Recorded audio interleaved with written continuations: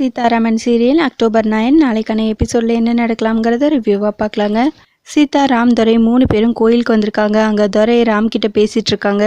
சீதா சாமி கும்பிட்டுட்டு இருக்காங்க. டேய் சிரிடா, எதுக்கு அழுவுற? எப்பவும் இல்லாததையா பண்ணிட்டாங்க. மகா மாற மாட்டா, மாற வாய்ப்பே இல்லை அப்படின்னு துரை சொல்லிட்டு இருக்க. ஏமாமா சித்தி இப்படி இருக்காங்க?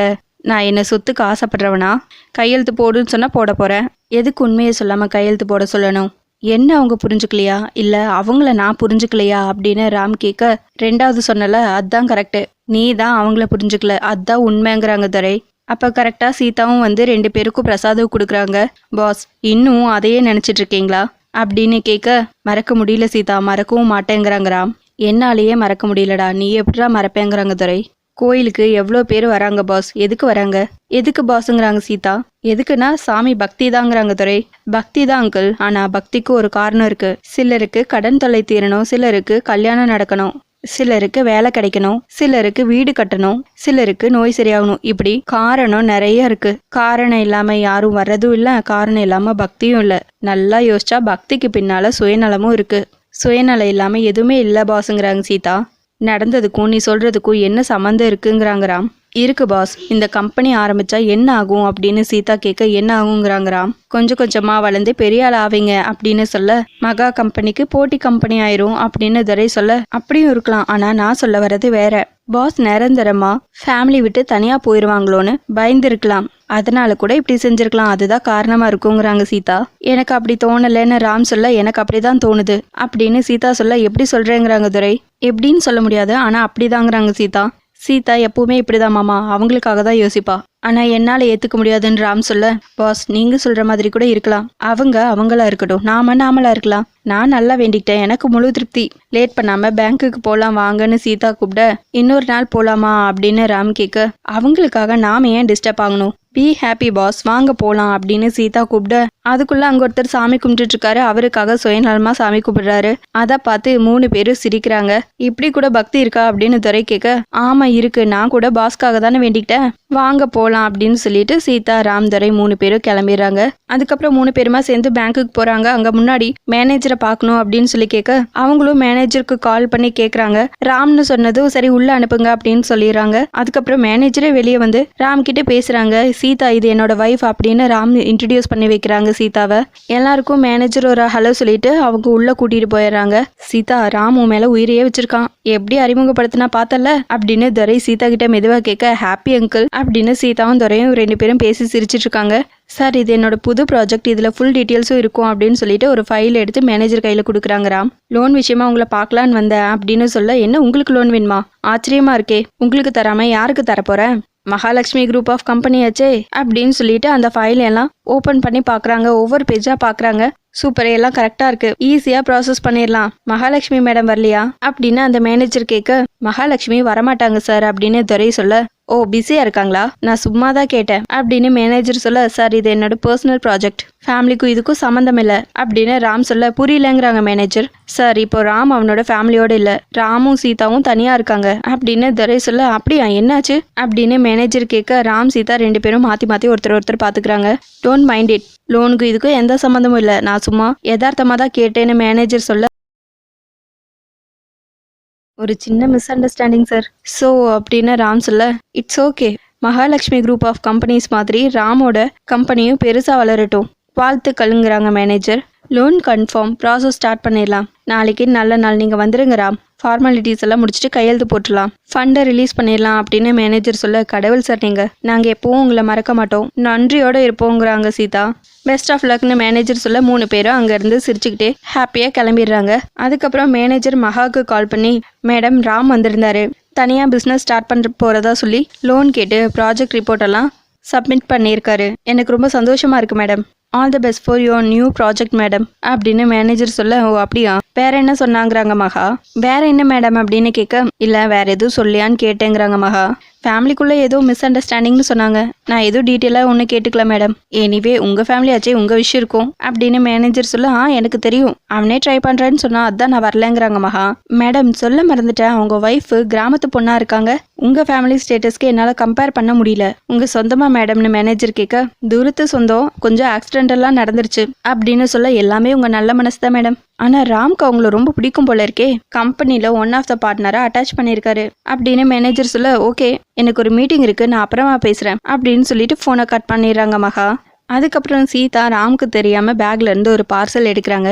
ராம கூப்பிட்டு பாஸ் உங்களுக்காக நான் ஒன்று வாங்கியிருக்கேன் அது என்னன்னு சொல்லுங்க அப்படின்னு சொல்லி கேட்க ராத்திரி நேரம் வாடை காத்து மல்லிப்பூ வாசம் அது அல்வா தானே அப்படின்னு ராம் கேட்க போங்க பாஸ் உங்களுக்காக நான் ஒரு ட்ரெஸ் வாங்கியிருக்கேன் நாளைக்கு பேங்க்ல கையெழுத்து போடும்போது ஜம்முன்னு பிசினஸ் மேன் மாதிரி இருக்கணும் அதனால உங்களுக்கு புது ட்ரெஸ் தைக்க போறேன் அதுக்கு தான் அளவெடுக்கணும் அப்படின்னு சீதா சொல்ல காலையில பேங்க்குக்கு போகணுமே அதுக்குள்ள எப்படி தப்ப அப்படின்னு கேட்க சீதா நினைச்சா நடத்தாம விடுவாளா விடியும் போது உங்க ட்ரெஸ் ரெடியா இருக்கும் அப்படின்னு சொல்ல ராம் சிரிக்க ஆரம்பிச்சிடறாங்க. என்ன பாஸ் சிரிப்பு அப்படின்னு கேட்க ஆமா உனக்கு எப்படி ஜென்ஸ் ட்ரெஸ் தைக்க தெரியும் அப்படின்னு கேட்க ஜென்ஸ் லேடிஸ்க்கு தைக்கும் போது லேடிஸ் ஜென்ஸுக்கு தைக்க கூடாதா பாஸ் என்ன நியாயம் பாஸ் இது அதுவும் இல்லாம உங்களுக்கு காக்கி யூனிஃபார்ம் தைச்சு போட்டு அழகு பார்த்தது யாரு நான் தானேன்னு சீதா சொல்ல அது இல்ல சீதா நீ எப்படி ஜென்ஸுக்கெல்லாம் தைக்க கத்துக்கிட்டேன்னு கேட்டேன்னு ராம் சொல்ல பாஸ் எங்க ஊர்ல மிலிட்ரிக்கு ஆள் எடுப்பாங்களா அவங்களுக்கெல்லாம் ட்ரெஸ் நான் தான் தைச்சு கொடுப்பேன் அதுவும் இல்லாம என் அப்பாவுக்கு யூனிஃபார்ம் தைக்கிறதே நான் தானே நான் தைச்சு கொடுத்தாதான் அப்பாவுக்கு பிடிக்கும் அப்பதான் அவர் சந்தோஷமா போட்டுப்பாரு நமக்கு கண்ணு பார்த்தா கை வேலை செய்யும் பாஸ்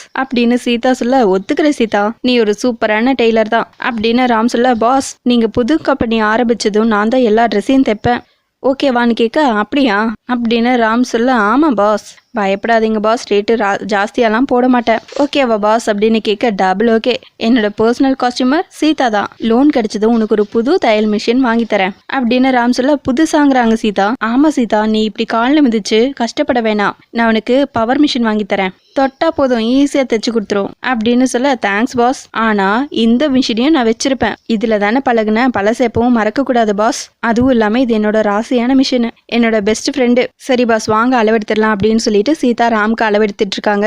அதுக்கப்புறம் பேக்ரவுண்ட்ல ஒரு சாங் ஓடிட்டு இருக்கு. இவங்க 2 பேத்துக்கும் ரொமான்ஸ் போயிட்டு இருக்கு. இன்னொரு பக்கம் அர்ச்சனா மகா சுபாஷ் 3 பேரும் உட்கார்ந்துட்டு இருக்காங்க. அப்ப அர்ச்சனா இங்க பாரு மகா ராம் கம்பெனி ஆரம்பிச்சா அந்த தையல்காரி ஜெயிச்சிருவா நீ தோத்துருவ அப்படின்னு அர்ச்சனா சொல்லிட்டு இருக்க இங்க பாரு மகா நீ தோத்தா நாங்க தோத்ததா அர்த்தம் இந்த குடும்பமே தோத்ததா அர்த்தம் விடக்கூடாதுங்கிறாங்க சுபாஷ் ராம் பிசினஸ் ஆரம்பிக்க கூடாது ஆரம்பிக்கவும் நம்ம விடக்கூடாது என்ன பண்ணலாங்க அப்படின்னு அர்ச்சனா சுபாஷ் கிட்ட கேட்க என்ன பண்ணலாம் மகா நீ சொல்லு அப்படின்னு சுபாஷ் மகா கிட்ட கேக்குறாங்க. ராம் தையல்காரியை கூட்டிட்டு தான் பேங்க்குக்கு போயிருக்கான். மேனேஜர் ஃபோன் பண்ணி ராம் வைஃப் கிராமத்து பொண்ணா இருக்காளே சொந்தமான்னு கேட்டாங்க. அவங்கள உங்க வீட்டுல இருக்க வச்சதே பெரிய மனசுதான் சொல்லி பாராட்டுற மாதிரி பேசுறாங்க. அந்த மேனேஜர் கிண்டல் பண்ற மாதிரி கேட்டதை எனக்கு அசிங்கமா போச்சுங்கிறாங்க மகா. இந்த ஃபேமிலியை அசிங்கப்படுத்துறதே அந்த தையல்காரிக்கு வேலையா போச்சு. ராம்க்கு இதெல்லாம் தெரியுதா இல்ல தெரியுது இல்லையாங்கிறாங்க அர்ச்சனா. ராம் என்ன மாதிரி ஒரு அப்பாவி அந்த தையல்காரி தான் இப்படி மயக்க வச்சிருக்காங்கிறாங்க சுபாஷ். ராம்க்கு தனியா பிசினஸ் பண்ணுங்கிற ஐடியாவே வந்திருக்காது. ராம் அந்த மாதிரி யோசிக்கிற ஆளே இல்ல அந்த தையல்காரியோட வேலை தான் இது. அவ தான் தூண்டி விட்டுருப்பா. அந்த தையல்காரி ராம வச்சு மகாவை தோக்கடிக்க பாக்குறா. இந்த வார் எனக்கும் தையல்காரிக்கும் அவளா நானான்னு பாத்துடலாம். 3 முறை பெஸ்ட் உமன் பிசினஸ் உமன்னு அவார்டு வாங்கின எனக்கும் கிழிஞ்ச துணியெல்லாம் தைக்கிற அந்த தையல்காரிக்கும் போட்டியா அப்படின்னு மகா சொல்லிட்டு இருக்க. ராம் ஜெயிக்கிறது தப்பில்ல மகா ஆனா அந்த தையல்காரி ஜெயிக்க கூடாதுங்கிறாங்க அர்ச்சனா. ராம் ஜெயிச்சாலே அந்த தையல்காரி ஜெயிச்ச மாதிரி தான் அப்ப இந்த மகா தோத்த மாதிரி தான் அப்படின்னு சொல்ல அது மட்டும் இல்ல மகா ராம் கம்பெனி ஆரம்பிக்க கூடாது கம்பெனி ஆரம்பிச்சு பெரிய ஆள் ஆயிட்டானா அதுக்கப்புறம் நமக்கு ராம் இல்ல மறந்துட வேண்டியதுதான் அர்ச்சனா சொன்னா. பாத்ரூம் சைஸ் வீட்லயே சந்தோஷமா தையல்காரி கூட இருக்கிற ராம பிஸ்னஸ் ஆரம்பிச்சா அதுக்கப்புறம் இங்க எப்படி ராம் வருவான் அப்புறம் நாம யாரோ ராம் யாரோ தான் அப்படின்னு சுபாஷ் சொல்லிட்டு இருக்க. அப்படி நடந்தாலும் தையல்காரி ஜெயிச்சதா தான் அர்த்தங்கிறாங்க அர்ச்சனா. மகா தோத்ததா தான் அர்த்தங்கிறாங்க சுபாஷ். மகா ஏமாந்துராத உனக்கு ஒண்ணுன்னா என்னால தாங்கிக்க முடியாது அப்படின்னு அர்ச்சனா சொல்லிட்டு இருக்க. மகா யாரு சிங்கமாச்சை விடுவாளா அப்படின்னு சுபாஷ் இல்ல. மகா நம்ம வீட்டுக்கு ராம் திரும்ப வரணுமா வேண்டாமாங்கிறாங்க அர்ச்சனா.